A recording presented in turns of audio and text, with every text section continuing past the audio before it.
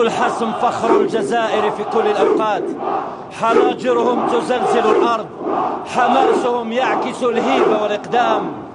إنهم أفراد القوات الخاصة، كلهم قوة واستعداد، هم للشجاعة والإصرار عنوان. حرابهم بقلوبهم الثائرة التي لا تهاب الموت من أجل الجزائر، من أجل استقرار وأمن الجزائر.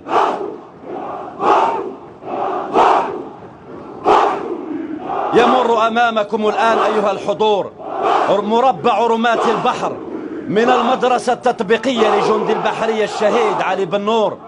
رجال متأهبون لكل تحدي، يجسدون مهارة قتالية متقدمة وشجاعة لا تعرف التراجع، يمثلون صلابة القوات البحرية الجزائرية وعزمها في الدفاع عن الوطن.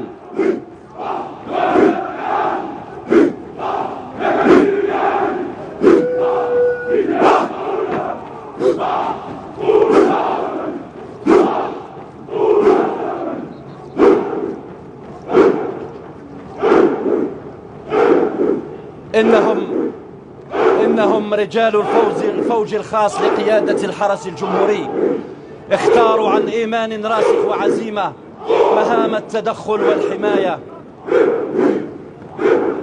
حماية المناطق السيادية والمقرات الرئاسية. يتدربون اليوم كما سيقاتلون غدا، يقاتلون غدا كما تدربوا اليوم، جاهزون في كل الظروف، يحملون في قلوبهم كل معاني التضحية والوفاء من جيل نوفمبر الأغر.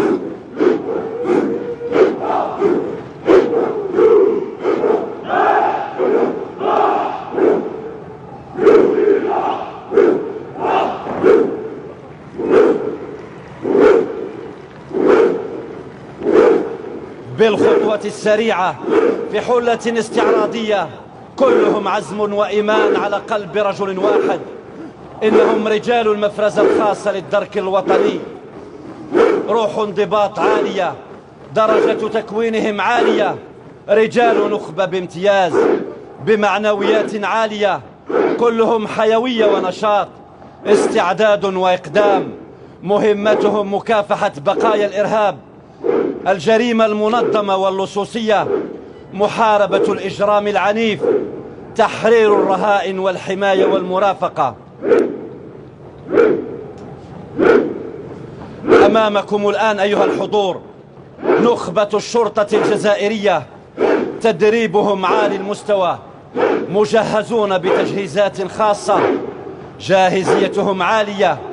إنهم رجال جمهرة العمليات الخاصة للشرطة، يحاربون كل أشكال الجريمة الخطيرة والمعقدة، مثل احتجاز الرهائن، اختطاف الطائرات، مكافحة بقايا الإرهاب، التدخل عند حدوث مساس خطير بالنظام العام. يقدمون المساهمة العملياتية للمصالح المكلفة بالوقاية وقمع الجريمة المنظمة، مستعدون للعمل في كل الظروف في حدود الاختصاص الإقليمي للأمن الوطني.